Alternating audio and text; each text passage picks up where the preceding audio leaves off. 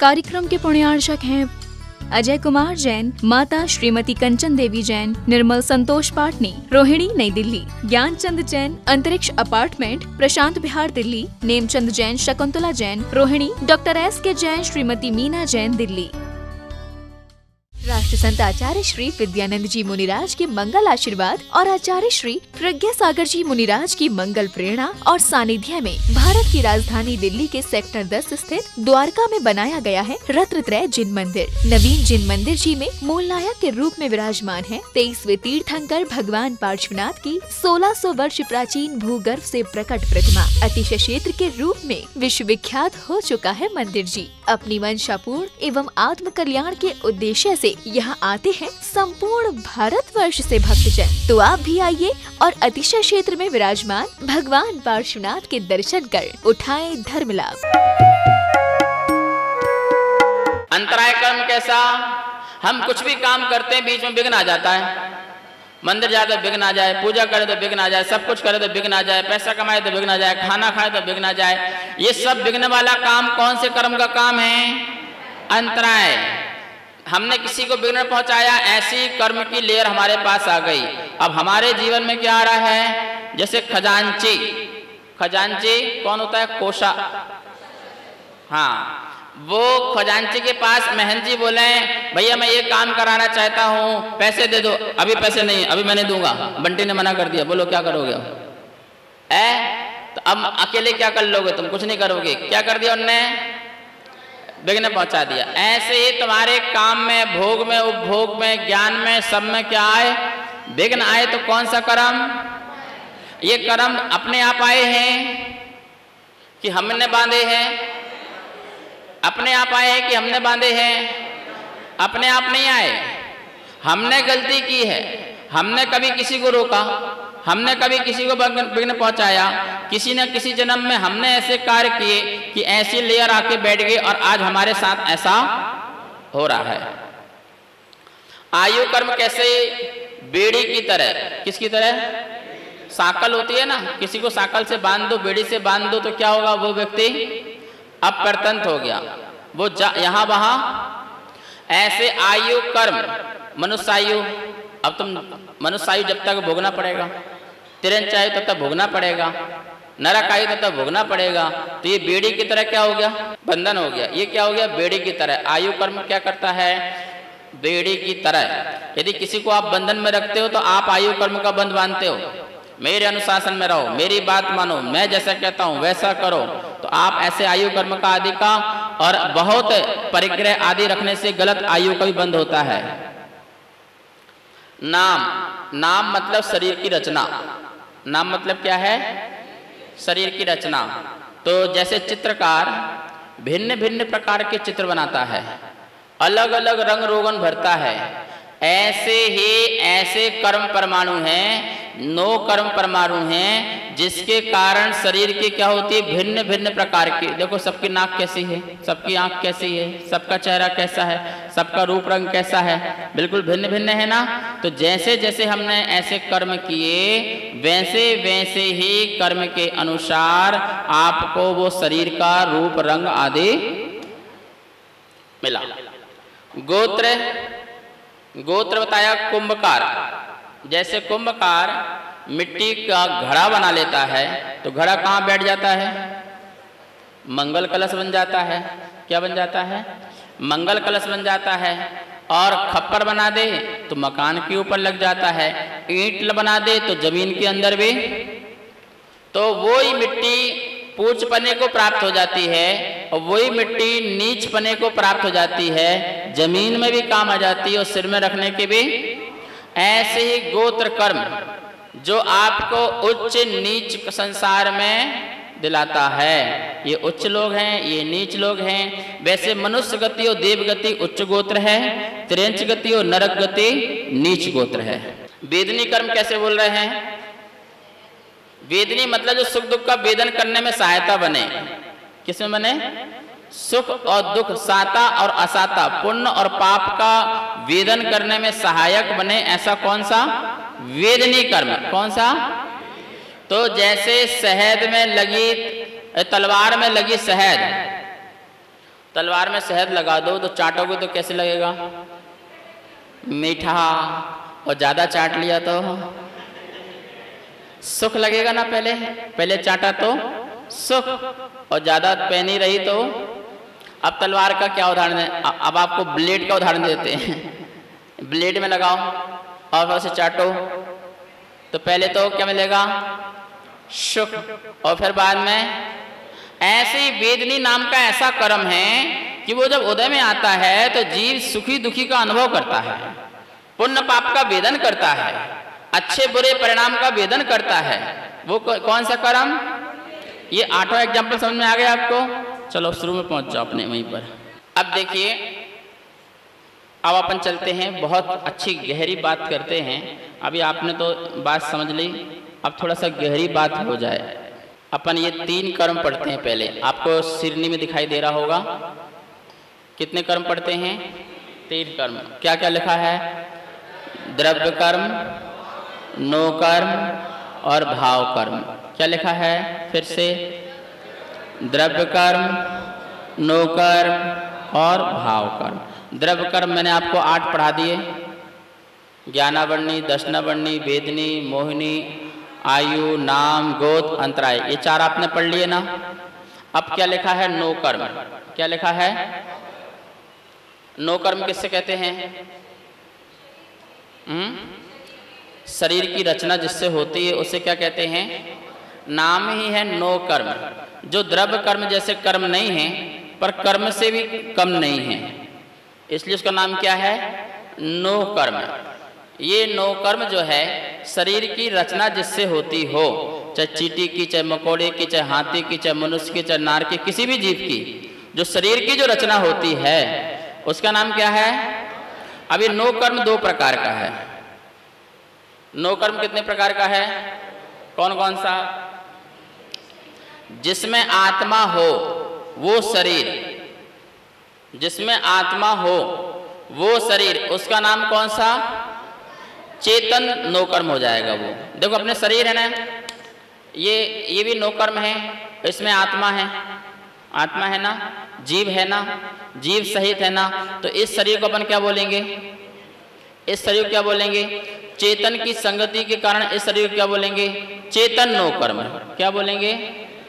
चलो अब इससे आत्मा निकल जाए, मुर्दा हो जाए, अब उसे क्या बोलोगे? उसे क्या बोलोगे?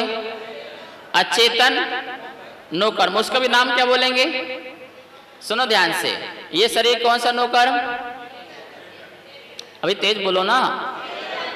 और शरीर से आत्मा निकल जाए तो अब उस शरीर को क्या बोलोगे? उसको भी नो कर्म बोलोगे, पर कौन सा बोलोगे? ये पेड़ पौधे, ये कौन सा नो कर्म? पेड़ पौधे कौन सा नो कर्म? और ये लकड़ी का ये बना दिया, मेज बना दिया, अब कौन सा नो कर्म? कौन सा नो कर्म? पहाड़ में जो पत्थर है जो जमीन से सटा हुआ बढ़ भी रहा है, वो कौन सा नो कर्म? उसके टुकड़े करके टाइल्स बना के जमीन में लगा दिए, ये बना दिया आपने, ये कौन सा नो कर्म? जो जमीन से मिट्टी जुड़ी हुई है, जो जीव सहित है, वो कौन सा नो कर्म? उस मिट्टी को निकाल के घर बना लिया,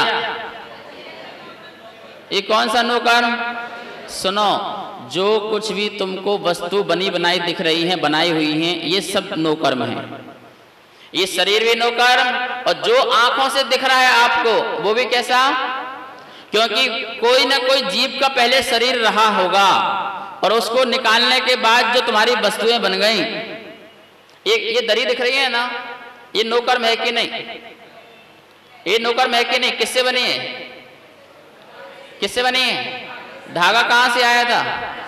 कपास कहां से पैदा हुआ था? पौधे से। तो पौधा पहले चेतन नो कर्म था कि नहीं? अब उसका शरीर छूट गया, आत्मा निकल गई, शरीर रह गया और आपने शरीर का उपयोग कर लिया। उसके शरीर का क्या किया? और उससे आपने भिन्न भिन्न तरह की वस्तु बना ली। आप जो कपड़े पहने, ये कौन सा नो कर्म है? ये कौन सा नो कर्म है? ये माइक कौन सा नो कर्म है? अरे ये भी तो प्लास्टिक, लोहा भी पहले क्या था? एक इंद्रिय जीव था। किसमें था? पत्थर के अंदर था कि नहीं? पत्थर के अंदर था। तो जिंदा था उस समय, और मार मूर के उसको निकाल लिया आपने और फैक्ट्री में डाल दिया, और लोहा अलग और कितनी चीजें अलग अलग कर दी, फिर आपने क्या बना दिया? ऐसी आपने प्लास्टिक बनाया, केमिकल बनाया, कुछ भी चीज आप बनी है संसार में, भौतिक वस्तुएं, ये सब नो कर्म है। ये क्या है? क्या है सब ये? बोलो भैया फटाफट। जीव सहित शरीर, जीव सहित शरीर कौन सा कर्म? जीव रहित। तो संसार में तुमको क्या क्या दिख रहा है? चींटी का शरीर, हाथी का शरीर और मुर्दा, फल फ्रूट। ये फल फ्रूट पेड़ से निकलने के बाद कौन सा नो कर्म? बात बिल्कुल फिट बैठ गई। मतलब नो कर्म दो प्रकार का। कितने प्रकार का? चलो अभी मेरी उंगली देखो यहां पर, ये द्रव्य कर्म। ये कौन? यहां देखो बिल्कुल ध्यान से, नींद नहीं आना चाहिए। बोलो महावीर भगवान की। हाँ, ये क्या है? ऐसा करो, कुर्सी वाले टिक्के मत बैठो। हाँ, नींद आती है तुम लोग को, टिक्के मत बैठो। ये कौन सा कर्म? आप लोग सीधे बैठ जाओ भगवान की तरह, टेढ़े मेढ़े मत बैठो। ये बहुत अच्छी चीज समझाना हो आपको, ऐसी चीज समझ में आ जाएगी कि आप कभी दुखी नहीं होंगे, सारे दुख दूर हो जाएंगे। ये कौन सा कर्म? द्रव्य कर्म। कितने प्रकार का? 8 प्रकार का। इसके भी बहुत सारे भेद हैं, वो आप पढ़ लेना। ये वाला कौन सा कर्म? नो कर्म। ये कितने प्रकार का? कौन कौन सा? चेतन शरीर सहित और अचेतन चेतन रहित। ठीक है ना? कितने प्रकार का? ये भी जड़ है कि नहीं? ये जड़ है कि नहीं? द्रव्य कर्म जड़ है कि नहीं? नियम से। ये भी जड़ है कि नहीं? ये भी जड़ है। शरीर क्या है? जड़ी है। बात इतना है, आत्मा सहित है बस, पर है तो कौन? और ये भी क्या है? ये पीछे भी क्या है? ये सब जड़। मतलब जितना नो कर्म में सब क्या है? जड़ है। ये तो निश्चित हो गया ना? ये भी जड़, ये भी जड़। अब तीसरा कौन सा? भाव कर्म। लिखा है ना? क्या लिखा है? ये मैं हूं, ये मैं हूं, ये चेतन है। यहां कोई जड़ नहीं लगाना। अभी क्या लगाना है? ये कौन है भैया? भाव कर्म कौन है? मैं हूं। जो मैं मोह करता हूं, जो मैं राग करता हूं, जो मैं द्वेष करता हूं, जो शुभ अशुभ परिणाम करता हूं, ये सब भाव कर्म वाला कौन है? ये कौन? पुरुष लोग बताओ, ये कौन? लेडीज बताओ, ये कौन? अरे मेरी उंगलियां भैया ये जड़ उंगली है। चलो ये भी नो कर्म, चलो लगा लो, कोई दिक्कत नहीं। ये क्या? ये क्या? तेज बोलो। ये कौन? भाव कर्म। भाव कर्म चेतन है कि अचेतन है? चेतन है कि अचेतन है? जीव है ना? जीव के शुभ अशुभ परिणाम, राग द्वेष के परिणाम। चलो ठीक है, अब बात समझो ध्यान से। अब मैं थोड़ा उल्टा कर देता हूं। ये भाव कर्म, ये क्या? इसे द्रव्य कर्म, इसे नो कर्म कर देता हूं समझाने के लिए। बोलो ये कौन? ये कौन? ये कौन? अब देखो, इस जीव ने राग द्वेष किया। क्या किया? राग द्वेष मोह वस्तु और व्यक्ति के प्रति क्या किया?